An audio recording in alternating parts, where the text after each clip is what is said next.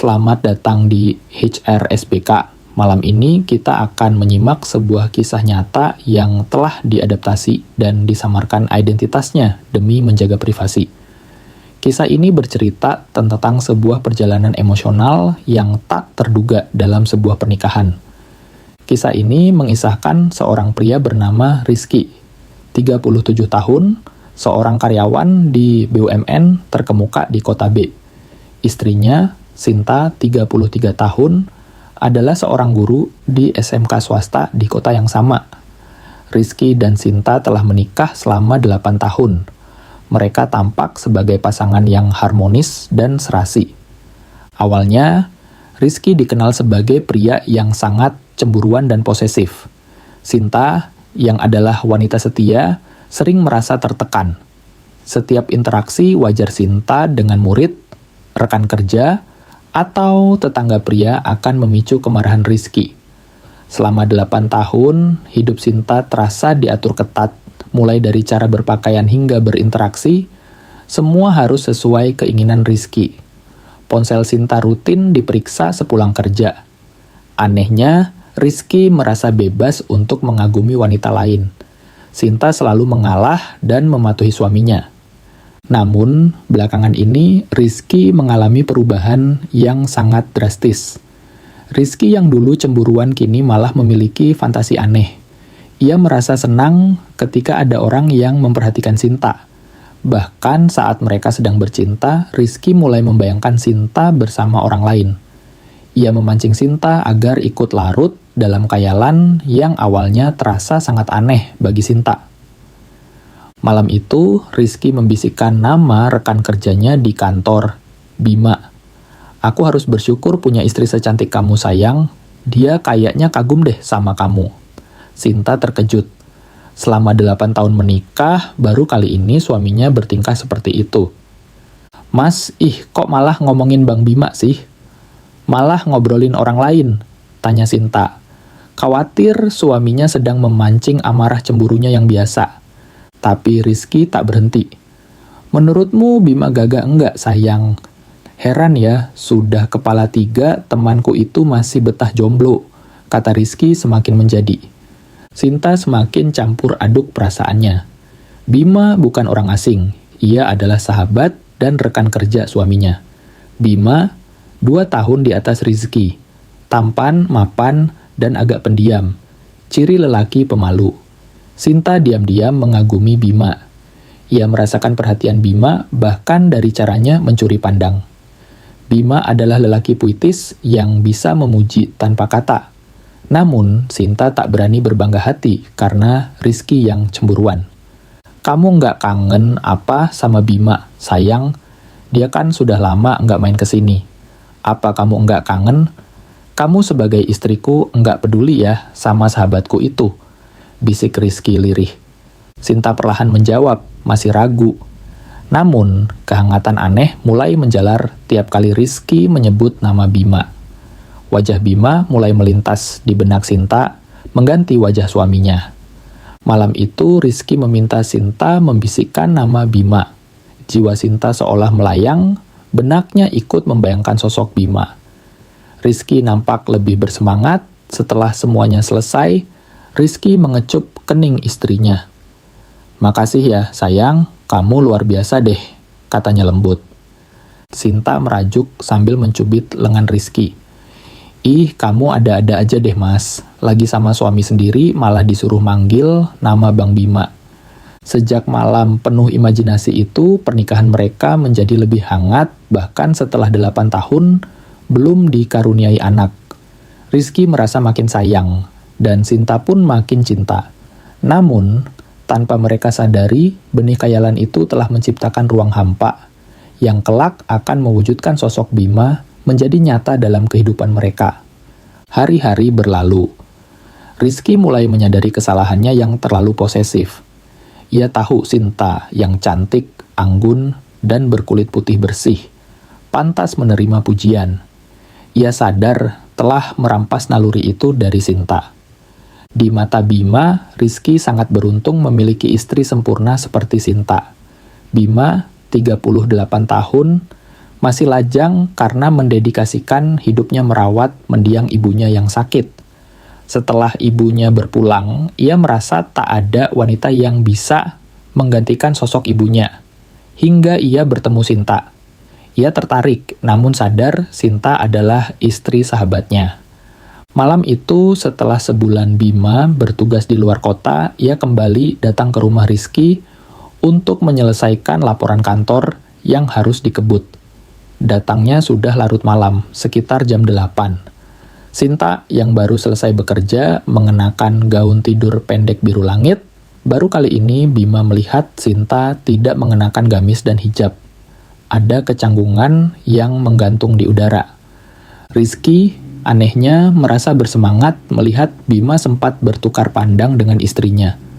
Awalnya Sinta hendak istirahat setelah membuatkan teh, tapi Rizky memintanya menyiapkan masakan untuk makan malam. Selagi Sinta di dapur, Rizky sesekali menggodanya. Mungkin Bima terasa tuh, karena sering kamu sebut malamnya, sayang. Goda Rizky sambil mengecup Sinta. Rizky pamit sebentar ke dapur, meninggalkan Bima yang fokus bekerja di ruang keluarga. Ketika Sinta selesai di dapur, Rizky melingkarkan tangan sambil berbisik.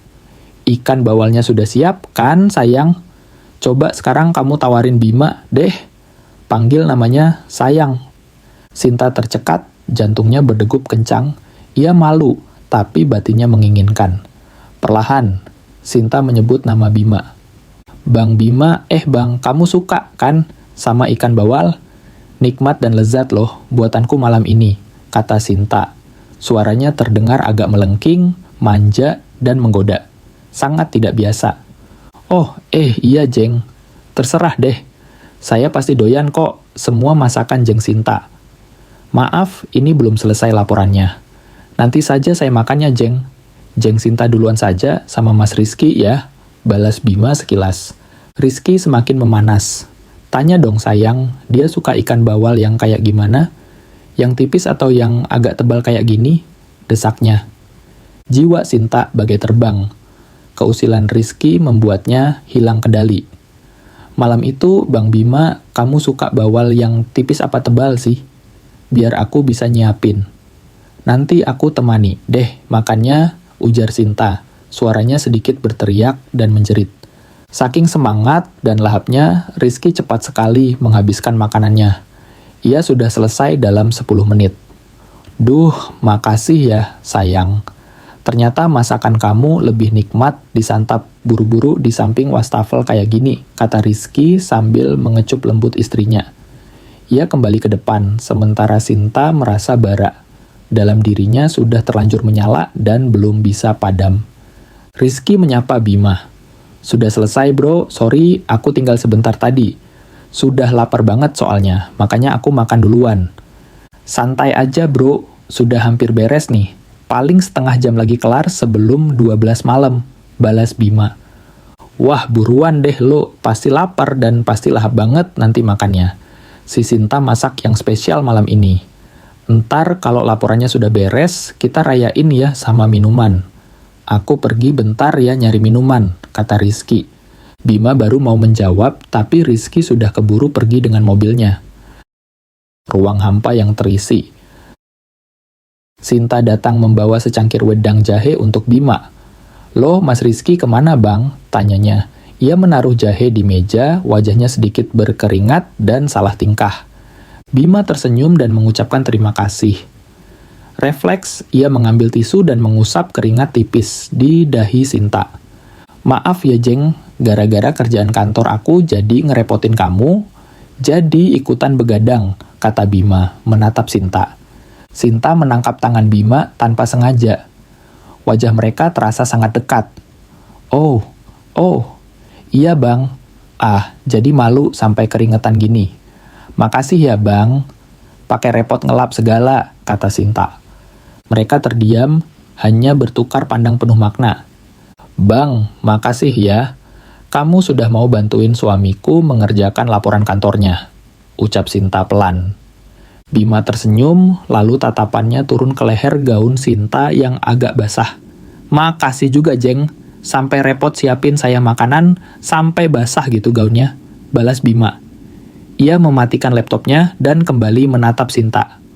Oh gitu ya bang, emang apapun yang suamiku minta tolong akan kamu lakukan untuk membantu keinginannya? Apa kamu selalu seperti ini bang? Mengorbankan waktu untuk seorang sahabat, tanya Sinta. Bima mengangguk dan menceritakan keakrabannya dengan Rizky. Tapi sekarang Rizky sudah berubah ya Jeng. Nggak cemburuan kayak dulu, kata Bima. Sinta tersenyum ringan. Siapa bilang bang? Masih cemburuan kok. Cuman anehnya sama kamu dia nggak cemburuan, balasnya. Wah masa sih Jeng?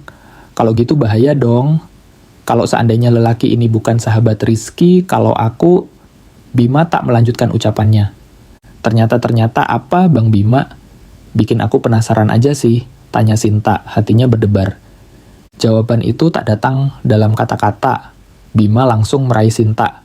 Sinta sempat kaku, matanya terpejam. Sebuah kecupan lembut mendarat di bibirnya.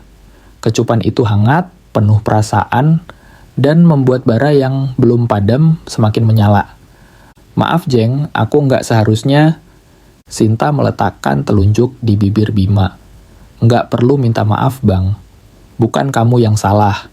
Aku juga salah. Dan semua keadaan ini juga yang salah. Sinta menunduk, matanya mulai berkaca-kaca.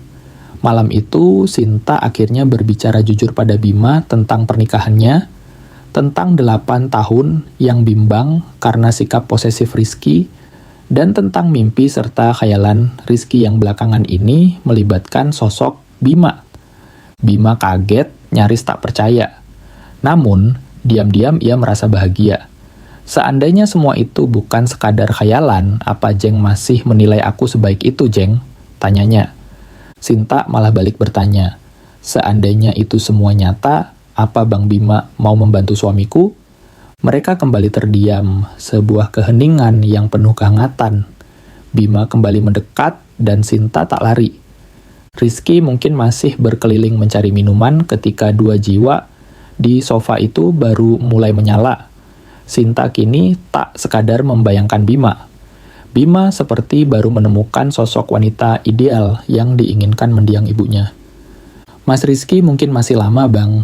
Ini aku bawakan saja ikan bawalnya ke depan, ya, biar kita nikmati di sini saja. Apa semua ini hanya mimpi Jeng?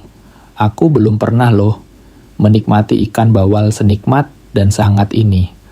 Obrolan mereka berlanjut akrab sambil menikmati makan malam. Sinta menyadari Bima sangat lahap, namun pandai mengatur ritme makan. Mulainya samaan, jadi selesainya juga harus samaan, ya, Jeng. Bila perlu, Jeng yang duluan puas dan kenyang loh, bisik Bima. Saat mereka bersantap, ponsel Bima bergetar, panggilan dari Bro Bams, Rizky. Bima hendak mengangkat, namun Sinta berkata, lanjutin dulu bang. Ah, nggak baik loh, makan belum habis sudah nelepon. Tapi ini dari suamimu Jeng, mungkin ada yang penting, balas Bima, namun tetap membiarkan ponselnya. Akhirnya, Bima menerima telepon. Siap bro. Oke deh, ini aku juga sudah makan malam sama Jeng Sinta. Sudah hampir selesai Elon nelepon, kata Bima. Rizky menjawab, oh gitu ya. Sorry, aku cuma mau ngabarin aja kalau sudah ada minumnya. Mana istriku? Aku mau bicara bentar padanya. Sinta menerima ponsel Bima. Iya mas, ini Bang Bima lagi makan malam kok. Kerjaannya sudah beres, kata Sinta. Gimana sayang, Bima suka kan sama ikan bawal buatanmu? Tanya Rizky. Iya mas, Bang Bima lahap kok makannya, jawab Sinta, wajahnya merona. Ah, sudah dulu neleponnya, ya mas, katanya sambil mematikan panggilan. Rizky tersenyum, fokus menyetir. Ia tahu dari suara mereka bahwa mereka sedang menikmati makan malam. Entah kenapa dia juga merasa kembali lapar dan ingin segera sampai ke rumah. Sejak malam itu, kehidupan rumah tangga Rizky dan Sinta menjadi semakin berwarna, semakin harmonis dan penuh cinta. Rizky akhirnya menyadari bahwa cinta sejati itu bukanlah yang egois dan selalu posesif pada pasangannya. Kepada para pendengar setia HR SBK, kisah Rizky dan Sinta mengajarkan kita sebuah pelajaran penting. Cinta sejati adalah kepercayaan dan pemahaman. Cinta yang sebenarnya bukanlah upaya untuk mengontrol atau mengubah pasangan sesuai keinginan kita. Rizky menemukan keharmonisan saat ia melepaskan sifat posesifnya dan memberi ruang bagi Sinta untuk bersinar, bahkan di mata orang lain. Kepercayaan adalah fondasi, bukan penjara. Kekuatan imajinasi dan doa. Seperti kata pepatah bijak, ucapan dan khayalan adalah doa. Imajinasi Rizky yang dimulai dari keanehan akhirnya mewujudkan apa yang dia izinkan terjadi dalam kehidupan nyatanya. Berhati-hatilah dengan apa yang kita ucapkan, izinkan, atau bayangkan, karena semesta cenderung mewujudkannya perlahan tapi pasti. Batasan dan komunikasi adalah kunci. Meskipun keharmonisan rumah tangga mereka kembali, kisah ini menunjukkan betapa krusialnya menjaga batasan emosional dan komunikasi yang jujur. Ketika keintiman emosional yang seharusnya milik pasangan mulai dibagikan, bahkan dalam khayalan, ia dapat menciptakan kerentanan yang berbahaya dan menguji kesetiaan yang selama ini dipegang teguh. Semoga kisah ini memberi inspirasi bagi kita semua untuk selalu menjaga kehangatan, komunikasi, dan yang terpenting, kepercayaan dalam rumah tangga. Terima kasih telah menyimak di HRSBK. Sampai jumpa di kisah berikutnya.